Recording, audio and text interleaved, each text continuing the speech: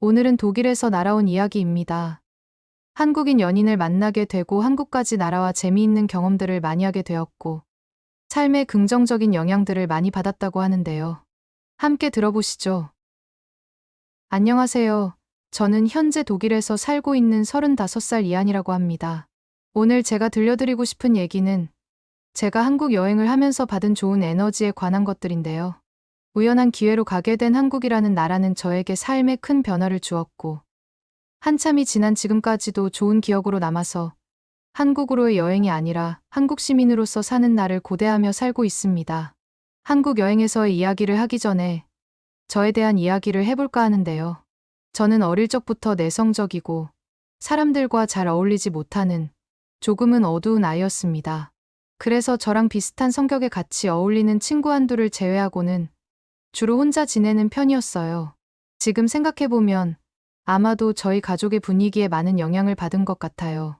저희 아버지와 어머니는 집에서 거의 말이 없으셨고, 식사 시간에도 꼭 필요한 말만 할 뿐인 가족이었죠.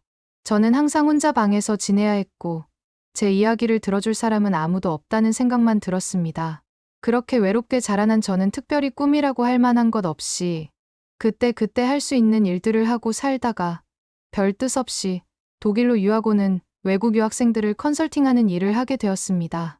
지금에 와서야 한국인들을 만날 수 있었던 그때의 선택이 아주 행운이었다고 생각하게 되었지만 늘 그랬듯이 그 당시에는 큰 뜻이 없었습니다. 독일은 대학교 교육이 외국인들에게도 거의 무상으로 제공되는데 게다가 강의 수준도 높은 편이라 많은 외국인들이 좀 더 깊은 공부를 위해서 오곤 하는데요. 그중 한국인들은 제 눈에 참 눈에 띄는 사람들이었어요. 다른 아시아계 학생들도 많이 있어서 괜히 비교를 하게 되었는데요. 한국 학생들은 유학원에 들어서는 옷차림새부터 청결하고 깔끔했는데 제가 한국 사람인 것 같다고 예상을 하면 하나같이 다 적중할 정도였죠. 그리고 여느 다른 나라 사람들처럼 과하지도 모자라지도 않은 패션 센스가 있어서 길을 가다가도 눈에 띄어서 한국 사람인 것 같다 싶어서 눈여겨보고 있으면 어김없이 한국말로 대화하는 얘기가 들리곤 했었습니다. 그렇게 유학 컨설팅 일을 하면서 저는 한국인 여자친구까지 사귀게 되었는데요.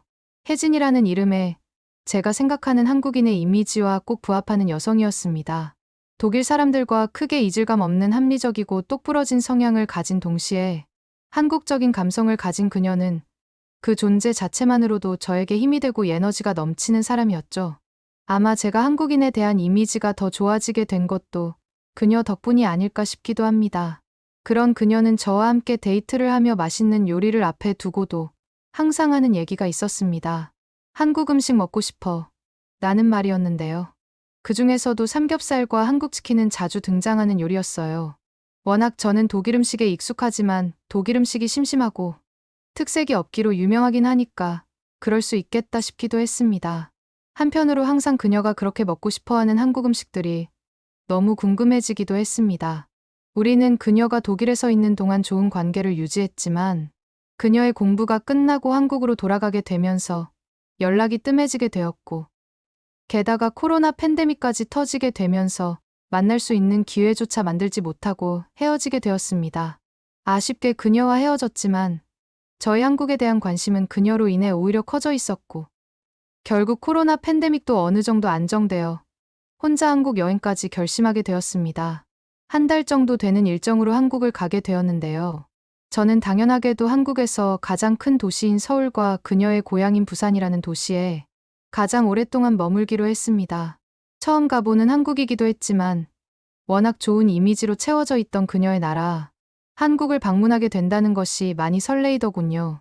그렇게 저는 혼자 서울에 도착하게 되었고 약 보름간 예약해 놓은 3성급 호텔로 향했습니다. 저는 3성급 호텔이라고 해서 큰 기대감이 없었고 조금 저렴한 가격에 편하게 머물고 싶은 생각에 예약을 했는데요. 도착해서 저를 맞아주는 데스크 직원부터 아주 유창한 영어로 친절하게 맞아주었고 예약한 객실로 들어갔는데 3성급 호텔이라고 하기에 너무 훌륭한 방 컨디션의 여행의 시작이 좋다고 생각했습니다. 짐을 대충 정리하고 일단 허기진 배를 달래야겠다 싶어서 미리 검색해 놓은 근처 오래된 삼겹살 집을 찾아 나섰습니다. 그녀가 항상 얘기하던 삼겹살이 저는 가장 궁금했거든요. 그런데 가게로 들어서자마자 저는 가게의 모습에 깜짝 놀라고 말았습니다. 각각의 테이블에는 굴뚝같이 요상하게 생긴 관들이 주렁주렁 매달려 있었고 그 아래 테이블 위에는 바베큐 그릴 같은 것들이 중앙에 놓여 있었거든요. 뭔가 주춤주춤하고 있으니 가게 직원으로 보이는 어린 분이 자리를 안내해 주셨고 추천해 주시는 메뉴로 주문하게 되었습니다. 그런데 메인으로 주문한 요리가 나오기도 전에 조그마한 접시에 담긴 채소 무침이나 메추리알 같은 요리들을 한바탕 테이블에 올려놓고 가시더군요. 저는 이게 뭔가 싶었고 예전에 쿠알라룸푸르에 여행 갔을 때 비슷한 경험을 떠올려 보았습니다. 그때도 주인 아주머니가 테이블 위에 땅콩 한 접시와 찬물을 컵에 따라주고 가셨는데 나중에 보니 다 돈으로 청구되었던 기억이 있거든요. 그래서 저는 얼른 정신을 차리고 사장님께 이 음식들 뭐냐고 물어보았는데 사장님은 다 무료니까 걱정하지 말라고 하시더군요. 그리고 놀랍게도 모자라면 얘기하라는 말씀까지 하시곤 주방으로 사라져 버리셨어요. 괜한 의심이 들기는 했지만 믿기로 했고 곧이어 메인 요리인 삼겹살이 나왔는데요. 삼겹살은 생고기인 채로 서빙되어서 저는 눈이 동그래져서 쳐다보고 있었는데 제가 당황한 걸 눈치채셨는지 직원분이 저를 안심시키시고 이내 직접 고기를 구워주기 시작했습니다. 저는 그 고기 굽는 모습을 보고 무릎을 탁 쳤습니다. 고기를 굽자 연기가 나기 시작했는데 처음 가게를 들어서며 어리둥절하며 보았던 굴뚝 같은 기둥으로 연기가 모두 빨려 들어가 버리더군요. 한국 사람들 정말 대단하구나 싶었습니다. 잘 구워진 삼겹살은 직원분이 알려주시는 대로 고기와 밥을 올리고 몇 가지 야채를 올린 후 먹었는데 이미 고기를 구울 때 냄새로 커질 대로 커진 기대감을 꽉 채워주는 맛이었습니다. 그렇게 삼겹살을 노래 부르던 혜진이 생각이 잠시 나긴 했지만 온전히 혼자만의 여행을 해보자 마음먹고 남은 음식들을 남김없이 다 먹어치워버렸죠. 맛있게 삼겹살을 먹고 나니 평소에 커피를 즐기던 저는 왠지 커피 생각이 났습니다. 그래서 근처에 있는 카페를 검색해 보았고 괜찮아 보이는 곳으로 들어갔는데요. 주문을 끝내고 돌아서려는데 주문을 받은 직원이 까만색의 빨간불이 깜박이는 무언가를 쥐어주더군요. 의아해하며 자리로 돌아와서 기다리고 있었는데 알고 보니 메뉴가 준비되면 알려주는 진동벨이더군요. 정말 편리한 방식이었습니다. 직원이 직접 손님을 애타게 부를 일도 없고 손님은 목 빠지게 자기 메뉴가 나오는지 기다려야 할 필요도 없으니까요. 이날 마신 커피도 참 맛있었던 기억인데요. 한국의 커피 문화도 굉장한 수준에 올라 있다는 걸 느꼈습니다. 첫날부터 저는 만족스러운 숙소와 궁금했던 한국의 음식들까지 아주 기분 좋은 여행의 시작이었고 보름간을 서울에서 그간 궁금했던 음식들을 하나씩 섭렵하기 시작했지요. 그러면서 한국의 식당 문화나 방식에 꽤나 익숙해지기 시작했죠. 그렇게 서울 여행을 마치고 부산 여행을 해야 할 때가 되었는데요. 부산으로 내려오는 날, 저는 꾹 참고 있던 혜진 생각이 나기 시작했고 독일에서부터 멀리까지 왔는데 연락은 한번 해보아야겠다고 생각이 들었습니다. 부산행 KTX에 몸을 싣고 한참 그녀 생각에 빠져서 창밖을 바라보다가 저는 용기를 내서 문자를 보내었습니다. 혜진도 제가 한국에 왔다는 얘기에 놀랬는지 한참이 지난 후에야 답장이 왔는데요. 결국 통화를 하게 되었고 이런저런 안부를 묻다가 만나기로 약속까지 잡게 되었습니다. 여행의 설레임이 왠지 모를 묘한 감정으로 바뀌어 버린 것 같았죠. 우리는 광안리 해변에서 만나기로 했는데요.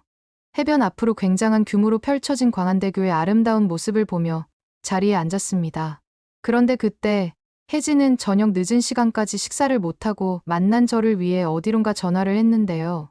얼마 시간이 지나지 않아 저는 깜짝 놀라고 말았습니다. 야외에 있음에도 불구하고 어떻게 저희가 있는 곳을 찾은 건지 그녀가 그렇게 먹고 싶다던 바로 그 한국 치킨이 배달을 온 것이죠. 그녀는 한국인들은 치열한 환경에서 서로 더 나은 서비스를 위해서 선의의 경쟁을 하는 사람들이라고 설명했는데요. 며칠간의 경험이었지만 저도 짧은 여행을 하면서도 공감이 많이 되는 부분이었습니다. 한국 사람들은 친절하지만 합리적이고 효율성 있게 일하는 사람들이었다는 걸 느꼈거든요. 어쨌든 저와 혜진은 치킨을 먹으며 많은 대화를 나누었고 결국 서로 사랑하는 마음이 크지만 여러 가지 상황들로 만나지 못하는 데서 오는 오해들 때문에 헤어진 것 같다는 얘기를 했고 서로의 감정이 아직 헤어지기에는 이르다는 결론까지 이르게 되었죠. 그렇게 남은 부산에서의 여행은 혜진과 함께하는 여행이 되었습니다. 혜진은 마침 다니던 회사를 그만두고 잠시 쉬는 시기였던 터라 저와 함께 해주었고, 저의 갑작스러운 방문이었지만 한국의 많은 모습을 보여주기 위해 노력했죠. 부산에서의 여행도 무사히 잘 보내고 그녀와 저는 다시 연락을 이어가기로 하였으며 저는 독일로 돌아오게 되었습니다. 그간 그녀가 독일로 오겠다는 것을 만류하고 제가 한국을 가고 싶은 마음에 한국을 몇 번을 더 방문하게 되었고, 혜진과 저는 이제 결혼 이야기까지 하게 되었습니다. 저는 어릴 때부터 내성적이고 조용하고 어둡기까지 한 사람이었지만 유학생 컨설팅을 하게 되면서 한국을 알게 되고 혜진을 만나게 되고 또 한국 여행까지 하게 되면서 많은 영향을 받게 된 것 같습니다. 한국을 여행하고 알게 되면서 주변에서 제가 많이 밝아지고 적극적인 사람이 되었다고 얘기도 합니다. 어쩌면 제가 한국을 알게 된 것이 제 인생의 가장 큰 행운이 아니었을까 하는 생각이 드네요. 들어주셔서 감사합니다. 오늘 이야기는 여기까지입니다. 멀리 독일에서 온 청년이 한국을 알게 되면서 긍정적인 영향을 많이 받았다고 하니 참 다행이라는 생각이 듭니다. 오래오래 한국이라는 나라가 다른 여러 나라에 그런 영향을 끼칠 수 있는 나라이길 바라면서 오늘 이야기 마치겠습니다. 감사합니다.